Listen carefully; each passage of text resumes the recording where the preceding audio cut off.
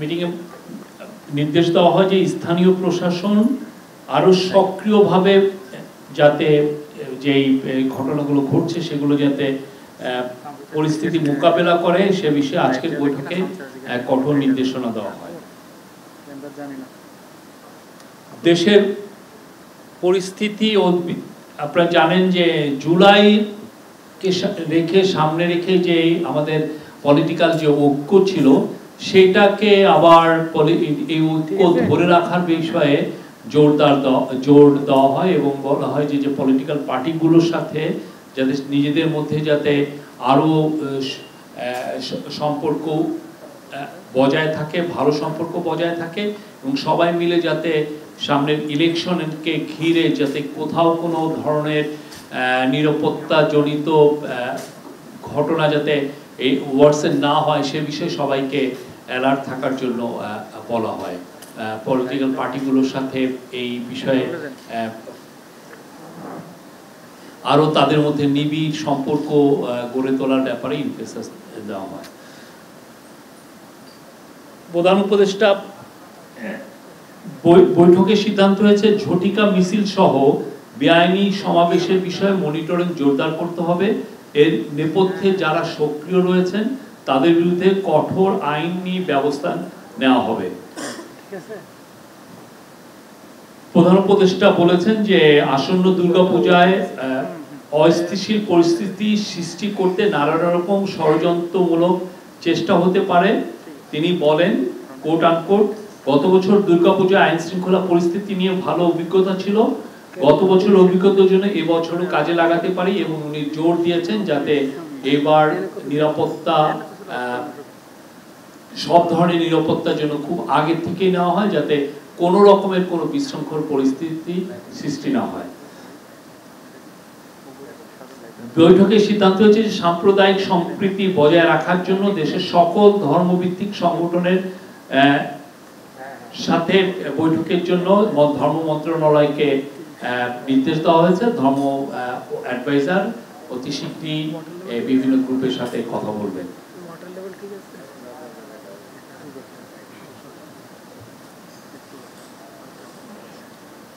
বৈঠকে সিদ্ধান্ত হয়েছে ক্রমাগতভাবে নিরাপত্তা পরিস্থিতি মনিটরিং করার জন্য। এই জন্য নিরাপত্তা বাহিনীর গুলোর মধ্যে কোঅর্ডিনেশন বাড়ানোর কথা বলা হয়েছে এবং যে কোনো পরিস্থিতি মোকাবেলায় প্রশাসনের আগাম প্রস্তুতি রাখতে হবে। এর পাশাপাশি ডাকসু নির্বাচন যাতে শান্তিপূর্ণ ও উৎসব মুখর পরিবেশে হয় সেই জন্য বিশ্ববিদ্যালয়ের প্রশাসনকে সর্বাত্মক সহযোগিতা প্রদানের নির্দেশ দিয়েছেন প্রধান উপদেষ্টা। বৈঠকে আলোচনায় আসে যে পতিত পরাজিত ফ্যাসিবাদী শক্তি যখনই দেশ দেখছে যে দেশ নির্বাচনের দিকে এগিয়ে যাচ্ছে এবং এই জুলাইয়ের হত্যাযজ্ঞের সাথে জড়িতদের বিচার প্রক্রিয়া দ্রুত এগোচ্ছে, ততই তারা ডেসপারেট এবং বেপরোয়া হয়ে পড়ছে।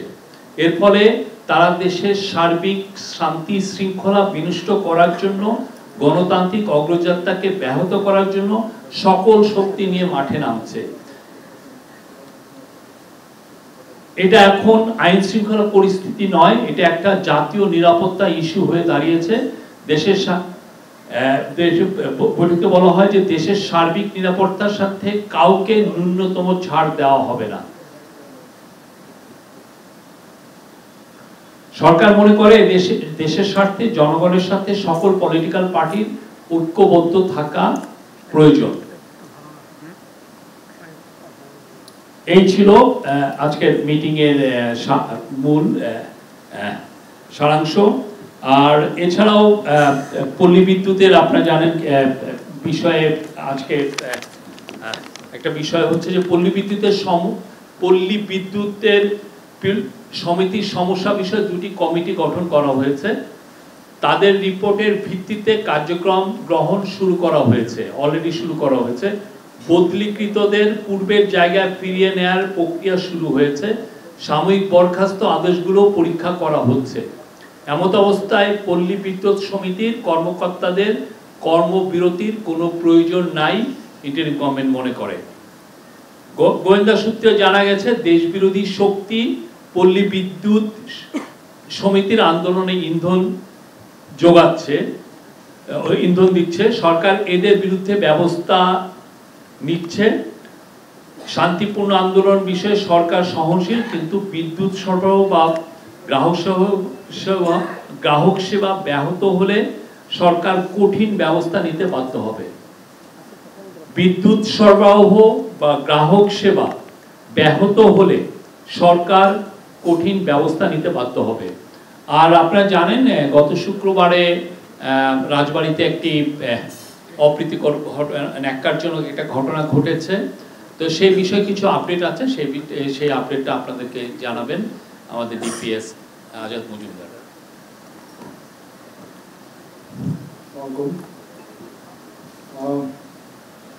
রাজবাড়ির যে ঘটনাটা ঘটেছে আমাদেরকে পুলিশের পক্ষ থেকে জানানো হয়েছে, আজকে পর্যন্ত এই ঘটনায় 7 জনকে গ্রেপ্তার করা হয়েছে। ঘটনার সাথে তাদের সংশ্লিষ্টতা দেখে 4টা বিষয়কে, 4টা ঘটনা, সেখানে পুলিশ এবং প্রশাসনের গাড়ি ভাঙচুর, মাজার ভাঙচুর, কবর থেকে লাশ উত্তোলন এবং লাশ পড়িয়ে ফেলা, এই 4টা ঘটনার ভিডিও ফুটেজগুলো বিশ্লেষণ করে এই পর্যন্ত 7 জনকে গ্রেপ্তার করা হয়েছে। এর মধ্যে যিনি কবর থেকে লাশ উত্তোলন করেছেন তার নাম হচ্ছে কাজী অপু, তাকেও গ্রেপ্তার করা হয়েছে। এছাড়াও এই 7 জনের মধ্যে অন্তত 2 জন রয়েছেন যারা স্থানীয় আওয়ামী লীগ রাজনীতির সাথে সম্পৃক্ত। তাদের একজন হচ্ছেন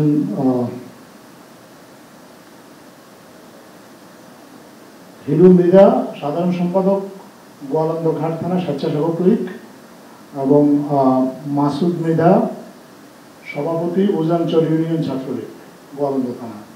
এই 7 জনকে গ্রেপ্তার করা হয়েছে। পুরো ঘটনার ভিডিও ফুটেজ বিশ্লেষণ চলছে এবং পুলিশ জানিয়েছে যে ঘটনার সাথে যাদেরই সংশ্লিষ্টতা পাওয়া যাচ্ছে বা যাদের সংশ্লিষ্টতা তদন্তে আসবে তাদের প্রত্যেককে আইনের আওতায় আনা হবে।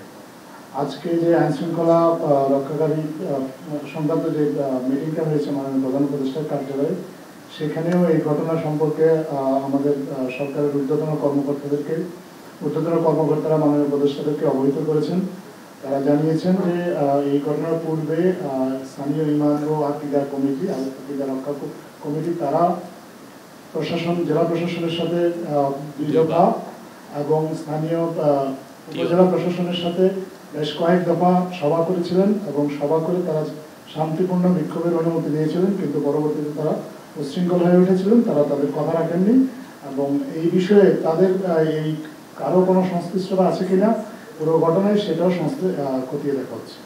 ধন্যবাদ। Thank you. Any question?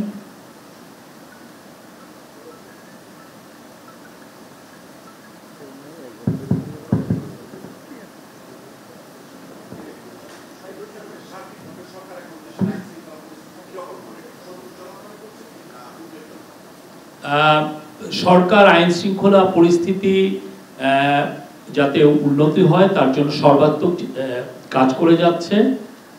আপনাদের বুঝতে হবে যে এই অগাস্ট 5-এর পরে মোর দেন 1615টার মতো ঘটনা ঘটেছে, প্রোটেস্ট বা বিভিন্ন আপনি অন অ্যান এভারেজ প্রতিদিন 4টা করে ইনসিডেন্ট ঘটেছে বা প্রোটেস্ট ঘটেছে সব মিলে। তার মধ্যে 600টা ছিল এডুকেশন মিনিস্ট্রি সংক্রান্ত। এই প্রত্যেকটা জিনিস, এই যে একটা আপনি বিপ্লবোত্তর যে ঘটনার একটা বিপ্লবের পরে মানুষের মধ্যে যে এক্সপেকটেশনটা তৈরি হয়েছে, সেখান থেকে দেখা যাচ্ছে সবাই প্রোটেস্ট করছেন, সবাই তাদের দাবি দাওয়া নিয়ে রাস্তায় আসছেন, সবাই তাদের কারো না কারো প্রত্যেকটা গ্রুপে। কারণ 15টা বছর অনেকে, যেহেতু আগের গভর্নমেন্ট রিপ্রেসিভ ছিল এবং আগের গভর্নমেন্ট ব্রুটালি এই সমস্ত জিনিস ক্র্যাকডাউন, এই সমস্ত প্রোটেস্টকে ক্র্যাকডাউন করেছে, এখন সবাই প্রোটেস্ট করছেন, সবাই তাদের দাবি দাওয়াগুলো এই গভর্নমেন্টের সময় আনছে। তা এই গভর্নমেন্ট যথেষ্ট এবং আইন শৃঙ্খলা বাহিনী যথেষ্ট ধৈর্যের সাথে এই বিষয়গুলোকে মোকাবেলা করছে। আপনাদের আমরা চেষ্টা করছি এবং আজকের মিটিংয়েও বলা হয়েছে যে নির্বাচন যে করেই হোক ফেব্রুয়ারির প্রথমার্ধের মধ্যে নির্বাচন হবে। পৃথিবীর কোনো শক্তি নাই এই নির্বাচনকে ঠেকাতে পারে। নির্বাচন হবে এবং সে বিষয়ে পুরো যত ধরনের প্রস্তুতি লাগে সেই প্রস্তুতিগুলো নেওয়া হচ্ছে। আমি তানিম, আজকের পত্রিকায় সামনে। শুধু আপনি রাজনৈতিক ঐক্যের কথা বলেছেন, নির্বাচনের সময়সীমা ঘোষণা এবং জুলাই সনদ নিয়ে এগুলো রাজনীতি অনৈক্য দেখা যাচ্ছে মাঠে। আর এই মাসের 15 তারিখে জাতীয় ঐক্যমত্য কমিশনের মেয়াদ শেষ হচ্ছে। এর মধ্যে কি জুলাই সনদটা কি স্বাক্ষর হবে কিনা? কারণ আমরা অনেক রাজনৈতিক দল অনেক বিরোধ দেখতেছি। এটা আমার মনে হয় যে ন্যাশনাল কনসেনসাস কমিশনের যিনি ভাইস প্রেসিডেন্ট ডক্টর আলী রিয়াজের কাছে এই কোশ্চেনটা করতেন। তো আমরা আশাবাদী কারণ আপনারা দেখেছেন যে কমিশনগুলো হওয়ার পরে, তারপরে যখন ন্যাশনাল কনসেনসাস কমিশন হলো, তারপরে পলিটিক্যাল পার্টিগুলোর সাথে এই ন্যাশনাল কনসেনসাস কমিশনের কিন্তু খুবই সৌহার্দ্যপূর্ণ পরিবেশে মিটিংগুলো হয়েছে। খুবই একটা দুইটা বিষয় ছাড়া বেশিরভাগ বিষয় কিন্তু মতৈক্য এসেছে এবং এখানে হয়েছে। আপনারা দেখেছেন প্রতিদিন পলিটিক্যাল পার্টিগুলো দিনের শেষে আপনাদেরকে তারা ব্রিফিংও করেছেন। বাংলাদেশের ইতিহাসে এটা একটা বিরল ঘটনা যে আগে আপনারা জানতেন যে বিদেশের থেকে উড়িয়ে নিয়ে আসা হতো তারাঙ্ককে, জিমি কার্টারকে, হ্যাঁ, এমন কেউ নেই এসে তারা এই জিনিসগুলো মিডিয়েট করতেন। তো এখানে দেখা যাচ্ছে যে আমরা এই ন্যাশনাল কনসেনসাস কমিশনের সাথে সবগুলো পার্টি কথাবার্তা বলেছেন, বেশিরভাগ ক্ষেত্রেই কনসেনসাস এসছে এবং আমরা আশা করি আমাদের পলিটিক্যাল পার্টিগুলো যে ম্যাচুরিটি শো করেছেন, যে ধৈর্যর পরিচয় দিয়েছেন, তারা ঠিকই এই সামনের দিনগুলোতে আরো তারা এই একই এক্সাম্পল সেট করবেন। আপনি রাজনৈতিক ঐক্যমত্যের কথা বলেছেন, এটা জন্য আপনারা সর্বদলীয় কোনো মিটিং করবেন কিনা? এটা নিয়ে তো অনেকগুলো মিটিং তো অলরেডি চিফ অ্যাডভাইজার করেছেন। উনি তো কন্টিনিউয়াস ডায়ালগের মধ্যেই আছেন পলিটিক্যাল পার্টিগুলোর সাথে, প্রায়ই তো করা হচ্ছে। সেটা সর্বদলীয় হবে না, আপনারা আলাদা আলাদা করেছেন সবার সাথে। এইটা বারবার, আর ন্যাশনাল কনসেনসাস কমিশন তো এই গভর্নমেন্টেরই নাকি, তারা তো গভর্নমেন্টকে রিপ্রেজেন্ট, তারা তো এই পলিটিক্যাল পার্টিগুলোর সাথে সবসময় কথা বলছে। শহীদ ভাই, আমি মাহফুজ সাদি, আমার দেশ। সাম্প্রতিক সময় দেখা যাচ্ছে যে আওয়ামী লীগের মিছিল বড় হচ্ছে এবং সংখ্যায় বাড়ছে। তো আইন শৃঙ্খলা বাহিনী আসলে এই জায়গায় প্রপার ভূমিকা রাখছে কিনা বা কোনো গাফিলতি আছে কিনা, সরকার কি মনে করে? আজকে এই পুরো বিষয়টা পর্যালোচনা করা হয়েছে এবং এই বিষয়ে নির্দেশনা দেওয়া হয়েছে আইন শৃঙ্খলা বাহিনীকে।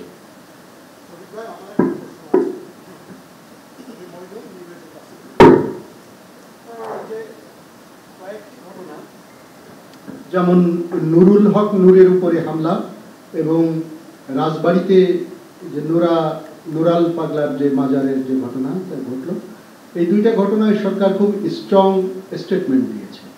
সরকার নিন্দা জানিয়েছে, প্রতিবাদ জানিয়েছে এবং এই সরকারি স্টেটমেন্টের নিন্দা প্রতিবাদ নিয়ে এক ধরনের সমালোচনা তৈরি হয়েছে যে সরকার কেন স্টেটমেন্ট দিচ্ছে, সরকার কাকে নিন্দা জানাচ্ছে, সরকার এটার প্রতিবাদ জানাচ্ছে, সরকারের দায়িত্ব তো এগুলো ঠেকানো।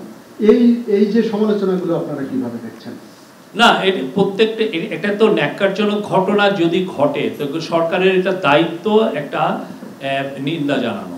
এটা একটা যে কোনো গভর্নমেন্টের, যে কোনো দেশের যে কোনো গভর্নমেন্টের যে কোনো ঘটনা যেটাকে নিন্দা জানানো উচিত, সেটা তো একটা গভর্নমেন্টের একটা দায়িত্বের মধ্যে পড়ে। আর আপনি যদি মনে করেন যে না আমরা এই ঘটনাগুলো কেন হচ্ছে সেটা যদি বলতে চান, তাহলে তো উনি তো বললেন যে রাজবাড়ির ঘটনায় ডিসি এই যে কমিটির সাথে 2 দফা মিটিং করেছেন, টিএনও সেভারাল টাইমস তাদের সাথে কথা বলেছেন। এখন স্থানীয় পর্যায়ে তাদের সাথে বারবার মিটিং করা হচ্ছে। তারা প্রেস ক্লাবে যে ওনারা তাদের কমিটমেন্টেরও কথা বলেছেন যে তারা তাদের যে বিক্ষোভ এটা শান্তিপূর্ণ রাখবেন। এখন যদি তারপরে যে তারা এই ঘটনাটা ঘটলো, এখন এই ঘটনাটা তো খুবই বলবো যে ন্যাক্কারজনক একটা ঘটনা। তো এটা তো গভর্নমেন্টের এটা একটা দায়িত্বের মধ্যে পড়ে যে সে এটাকে নিন্দা করবে। সে গভর্নমেন্ট এই জায়গাটা তো এটা তার বলিষ্ঠ, তার যে কণ্ঠ এটা তো বলতে হবে। আর অ্যাকশন কি, প্রত্যেকটা ঘটনায় আমরা অ্যাকশন নিচ্ছি, এমন না যে বসে থাকা হচ্ছে। নুরুল হক নূরের ঘটনায় আপনারা জানেন আমরা ঘোষণা দিয়েছি যে একটা ইনভেস্টিগেটিভ কমিটি হয়েছে, তো তারা ইনভেস্টিগেট করে দেখবে যে ঘটনাটা কোথায়, কিভাবে হলো, কার এখানে দোষ ছিল, কেন এই ঘটনাটা ঘটলো, সবই তো দেখা হচ্ছে। আর এর ক্ষেত্রে অলরেডি 7 জন অ্যারেস্ট হয়েছে এবং তারা এই রাজবাড়ির ক্ষেত্রে 7 জন অ্যারেস্টেড হয়েছেন উনি বললেন, এবং যারা যারা এটায় জড়িত সবাইকে আইনের আওতায় আনা হবে। আমার নাম মনিরুজ্জামান উজ্জ্বল, আমি জাগো থেকে বলছিলাম। আজকে রাজারবাগের একটি অনুষ্ঠানে স্বরাষ্ট্র উপদেষ্টা বলেছেন পুলিশকে নিরপেক্ষভাবে কাজ করার জন্য। পুলিশ কি তাহলে নিরপেক্ষভাবে কাজ করছে না? আর একটা বিষয়, রাজবাড়ির ঘটনায় আমাদের তো দেশে অনেক গোয়েন্দা সংস্থা থাকে। আপনি বলেছেন যে স্থানীয় প্রশাসন কথাবার্তা বলেছে, আমাদের আসলে গোয়েন্দারা কি করে, এরকম কোনো অগ্রিম কোনো তথ্য ছিল কিনা? এটা আজকের যে কথাটা দিয়ে আপনি শুরু করেছেন যে স্থানীয় প্রশাসনকে আরো সক্রিয় হওয়ার নির্দেশ, এটা তো নতুন করে বলার কিছু নাই, তাদের কাজই তো আইন শৃঙ্খলা পরিস্থিতি নিশ্চিত করা। সেক্ষেত্রে গোয়েন্দা সংস্থার কি ভূমিকা ছিল, তাদের কাছে কোনো আগাম কোনো তথ্য ছিল কিনা এ ধরনের ঘটনা ঘটবে, এটা একটু স্পষ্ট করবেন। গোয়েন্দা সংস্থার কাছে তথ্য ছিল কিনা এটা আপনি কিভাবে বললেন? ওই গোয়েন্দা সংস্থা তাদের কাজগুলো ঠিক মতো করছে এবং সেই আলোকেই দেখেন স্থানীয় রাজবাড়ী প্রশাসন তাদের সাথে কয়েক দফা, ডিসি 2 দফা মিটিং করেছেন, টিওনও মিটিং করেছেন কয়েক দফা, এমনি সামাজিকভাবে তাদের সাথে মিটিং হয়েছে। তো এটাতে এই মিটিংগুলো কেন হয়েছে? এই ধরনের একটা পরিস্থিতি উদ্ভব হতে পারে, সেই জন্য তাদের সাথে বারবার কথা বলা হয়েছে। তারপরে এসে সেই দিনও তারা হঠাৎ করে তারা যেটা পিসফুল ছিলেন সেই জিনিসটা হঠাৎ করে তারা ভায়োলেন্ট হয়ে গেছে। তো এই জায়গাটা তো এর আগে তো সিরিজ আকারে সেই 25শে অগাস্ট থেকে তাদের সাথে মিটিং হচ্ছে।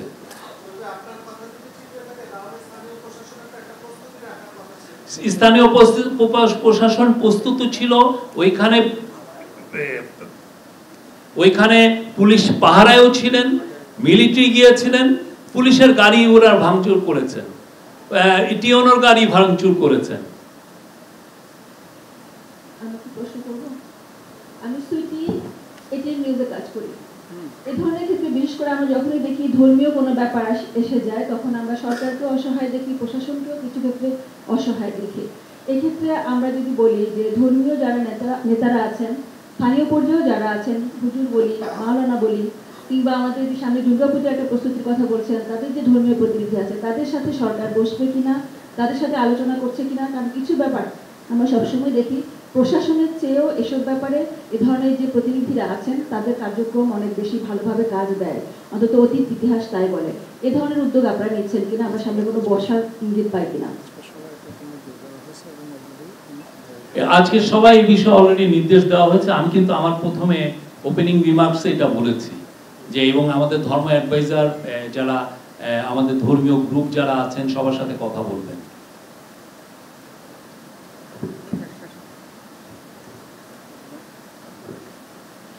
আমি রুবেন বলছি, এগোতে টিভিতে কাজ করি।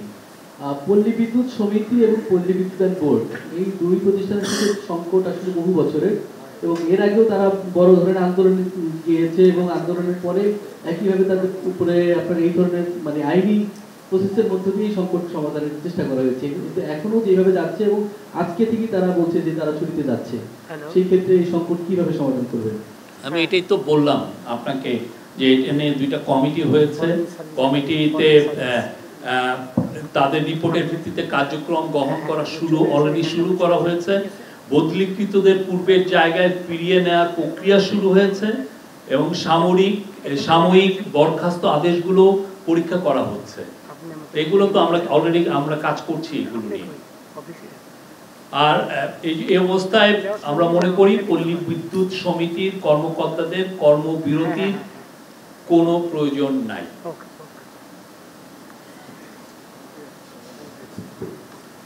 ওকে,